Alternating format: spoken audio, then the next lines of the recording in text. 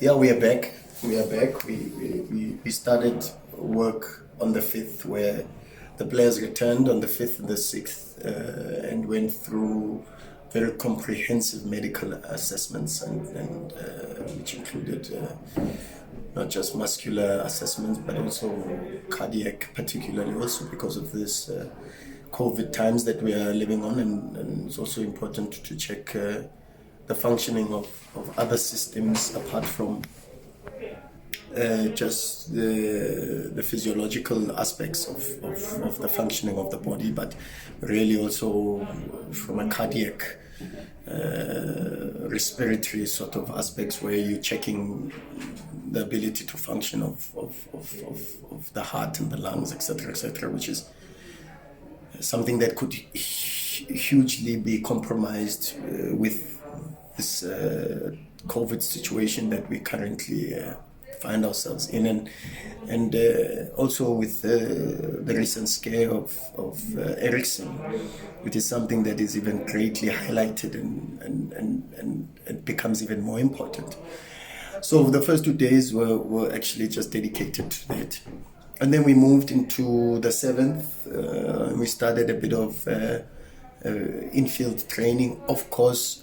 then the next few days are days of auditing and induction, to induct the new players into our way of playing, or how we play, how we train,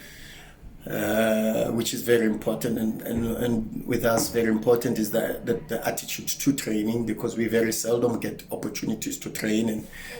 and teach and try to improve the team on the pitch, and therefore our training mentality is probably the most important one.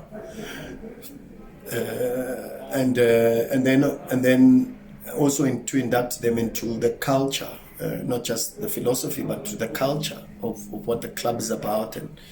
the principles and the values that this club has been built on, and trying to incorporate them into getting into the culture. It's very important, the winning mentality, but also the processes that are behind us winning, and the detail that is in the project, So from an induction perspective, that is what was of primary focus. But then on the auditing side is auditing the level from a technical perspective upon our return of everybody, auditing our knowledge of where we are and where we want to go, and that has been done through the use of presentations and video analysis sessions, where the players also have been given certain topics in groups to be able to present to the team. And that helps us not just from that perspective, but again also with the culture and understanding that at Sundowns we have a huge reliance on technology and the use of video analysis to be able to supplement the work that we do on the training pitch. So the players then get reintroduced into this space, but at the same time also the work that we do to prepare ourselves tactically and technically in the schemes that we have, and starting to not just focus only on the physical preparation of the body, but also from a tactical perspective to not just improve the team with new concepts and ideas for the new season, because some of the things that worked for us last season may not necessarily work for us this season, because teams are also analyzing Sundowns and trying to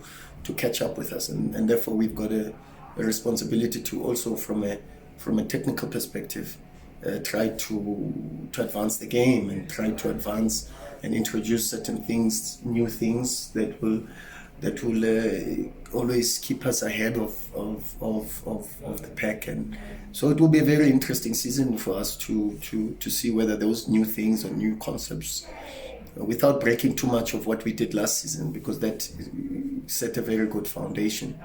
but still trying to see where the game is going globally,